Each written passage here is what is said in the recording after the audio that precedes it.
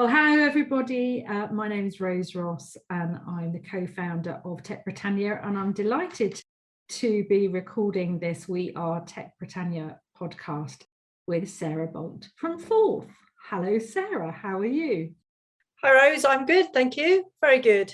Fantastic. Well, you've had a very interesting career and you are up for a nomination for an Every Woman Award, which is a NatWest initiative.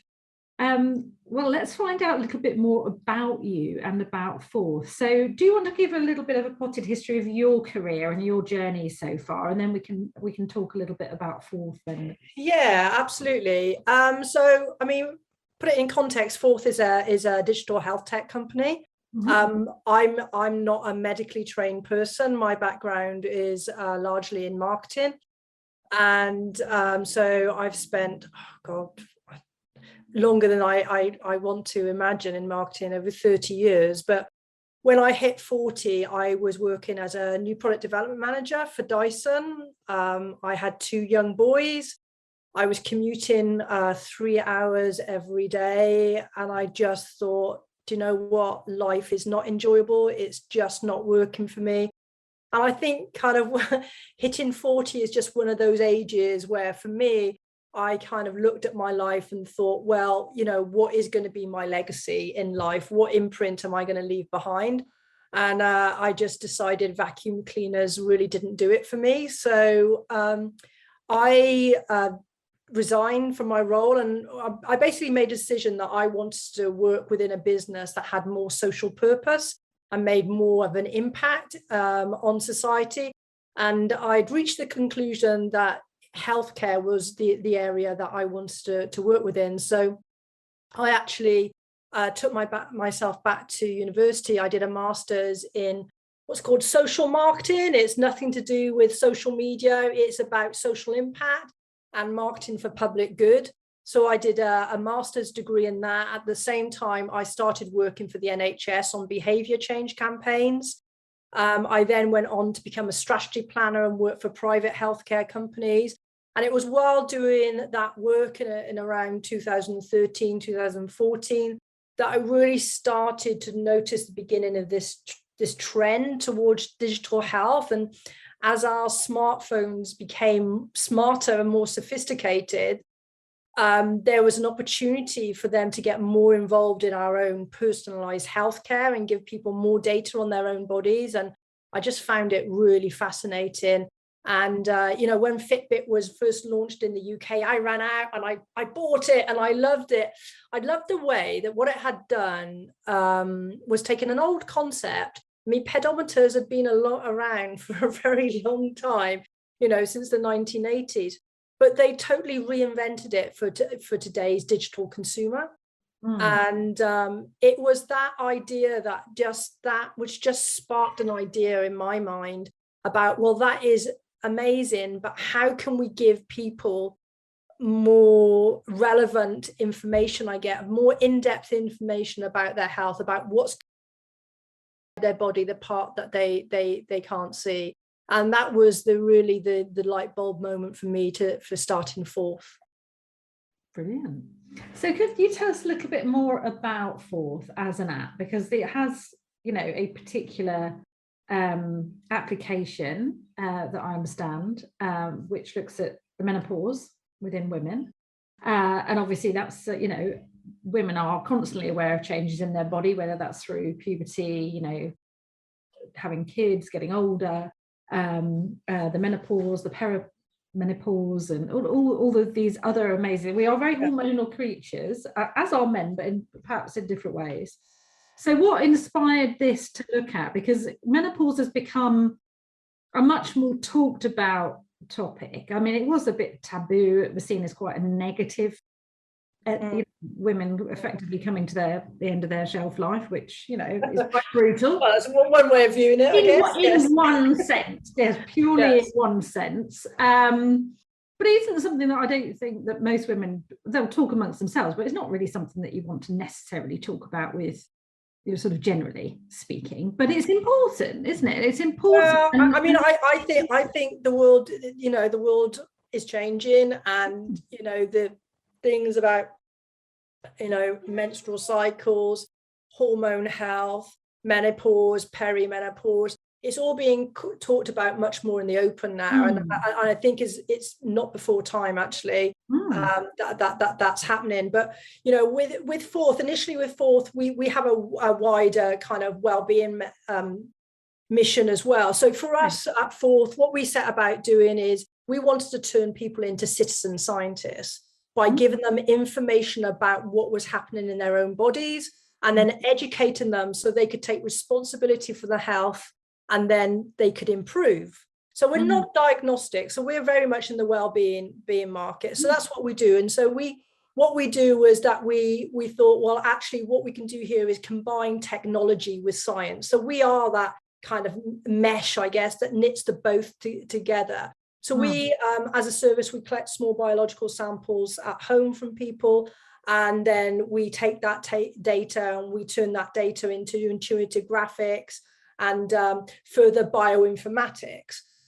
So that's what we started out to do. And as I've developed the company, I've become more and more interested in female health, and become more aware, I guess, of the gender data divide in healthcare. And there is a gender data divide in healthcare, because a lot of the information we have on the human body is actually derived from the male human body, not the female human body. And so there is this massive data gap on how females react. So female body will react different to certain pharmaceuticals. They will present with different diseases differently. So for example, for heart attacks, women present completely different than men in heart attacks, which is why more women die of heart attacks than men. And I think that'd be a surprising statistic for people, because we associate heart attacks, I think, more with males, but actually more women are prone to die with it because it's not picked up, because they don't spot the signs. So I was really interested in female health, and I'd be going through the perimenopause myself whilst I was developing Forth, the company, and realized what a huge impact it actually has on a woman's life and the way that they feel on a day-to-day basis. And I think for me, that was just being pushed out of under the carpet.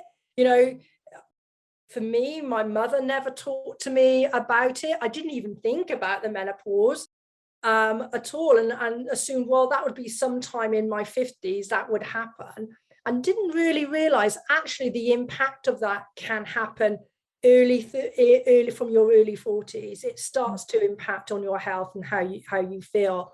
And I started to talk about it with my friends, and they were all experiences really bad symptoms from depression, into the mind fog, the general forgetfulness.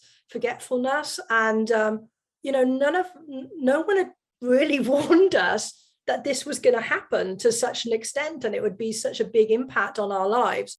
So that really started us at Forth looking into how could we improve the information given to women around hormones, because we felt for too long hormones had really been in women, and they are important in men as well, but hormones have been really talked about largely in terms of fertility and reproduction. And actually hormones have such a massive impact on your general well-being and your health for men and women. And this wasn't being recognized and talked about, and women didn't really understand how their hormones actually fluctuate throughout their menstrual cycle, and the impact any kind of changes in those hormones was going to have them. And particularly with women in the perimenopause, women were and still are, women want certainty that they're entering the perimenopause, so they can understand almost, we need to put label on things that helps us deal with it. And women are not able to get this label for various different reasons. So we looked at, well, how can we combine a minimum amount of blood samples and combine AI to actually give women more certainty. So we won an innovation grant from Smart Cymru, which is the Welsh government, to develop this product. which combines AI with blood sample collection and medical expertise as well, to really give women a very personal insight in how each of their 4 key hormones fluctuate throughout their entire length of their own individual cycle. And from that, they can then take action, whether it be, well, actually, my hormones are at such a level, I want to go on HRT, or if you're younger, then actually I need to delve deeper into why my hormones are fluctuating in a non-standard pattern.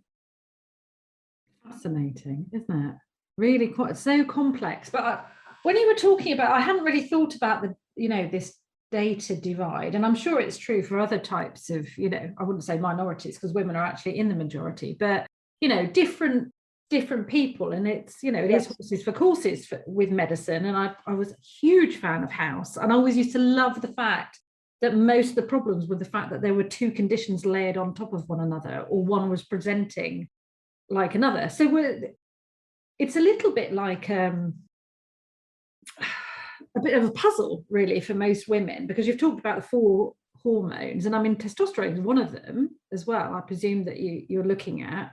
And as you say, for all of these various elements, the hormonal imbalance, so for example, changes can impact so many different aspects of your life, and therefore impact your quality of life. Totally. And a lot of it's avoidable. There are a lot of things that women can do that aren't necessarily HRT, but also understanding how your body interacts with caffeine, alcohol, how important exercise is. I mean, this is something that's been big, hasn't it, over the whole of the pandemic, is we've all been reassessing these things. And I think, hopefully more people are taking exercise, but it's such a great opportunity to have a huge impact on half the population. Oh, we are really so excited by it, because it truly is groundbreaking, and it gives women really the insight that they've been looking for, that has just been a bit missing for them. And yes, you don't need to jump to HRT. That is every woman's own personal decision what they do, but you get to realize that actually there are some lifestyle factors that really are at play in hormones as well. For example, sleep. Inadequate sleep, disrupted sleep will affect your hormone pattern. And that is why, and also your nutrition will affect your hormone pattern. Doing exercise will impact your hormone pattern. And that's why you hear I'm not going to say extreme athletes, but professional athletes, that's why you hear as well with female pros that sometimes they have problems with their hormones, and that is because they might not be fueling sufficiently, so their energy in, energy out matrix is off killed, and that will have a massive impact on their hormones, which will then lead them into having more injuries, because estradiol is really important for bone health. And so your bones become weakened. And it happens, in men as well with testosterone. You hear about cyclists that actually their bone health starts to deteriorate when they're in their 30s. And that part of that is to do with, their hormone levels and their lack of impact exercise as well. So, it is really, hormones are really important. Our chief medical officer is an endocrinology expert, and hormones are her passion. She will just talk day in, day out on hormones, because they are so integral to everything that goes on in our bodies. Exactly. So how do you see the future sort of panning out? How are women, is this something that you will work with the NHS around? Are there are lots of societies, I would imagine, that look at these types of things? What's I wouldn't say your go-to-market strategy, but how are you going to be partnering, engaging with women and giving them access to this? Because this, sounds like it should be something that all women across, a long period. I mean, because it could be used in puberty as well, because that's a bit of a minefield. I mean, from the time that you have a menstrual cycle and you have a regular and natural menstrual cycle, you can start monitoring hormones. So you can start monitoring them for all stages of your life. And particularly, where women make a decision to have children later in life, you could actually start monitoring your hormones and seeing when they're starting to go into decline. So there was all kinds of applications for it. I think for us, I mean, would we work with the NHS? Yes, we'd love to work with the NHS, but the traditional pathway of innovation in the NHS is 20 years. And we'd be waiting a very long time if we just held on for them. And what we find now, and what we find with our general service as well, is that people are making their decisions themselves, that they want this information. So our go-to-market and our business from the start has been, let's go direct to the consumer, let them decide, let them create noise about it, and then the rest, the corporates and the institutions will follow. And that will be our strategy as well with female hormone mapping. Although we also see, obviously in female clinics, we can see that they would find that the way that we map hormones very, very useful. There's also the possibility for us that we just to supply a technology platform to people, and so they could access the report and how the report works anywhere in the world by just inputting key data information, and there our system would spill out the actual mapping report for them. Yeah, so that would fit into existing healthcare structures and systems. Yes, so exactly. Then be mapping it. I mean, do you see academias also? The university hospitals would find something like this incredibly useful. I think there's lots of.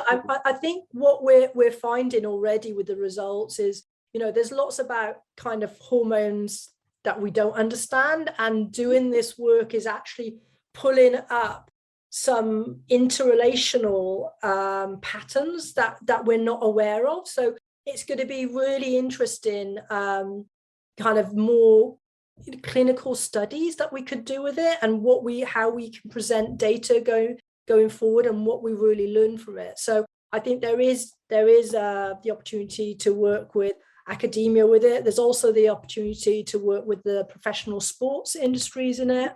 I think there's also opportunities to work with, people like the MOD, where you're looking at, female soldiers and the influence of training on female soldiers' health and their hormone levels as well. So there's really lots of areas that this could be applied for.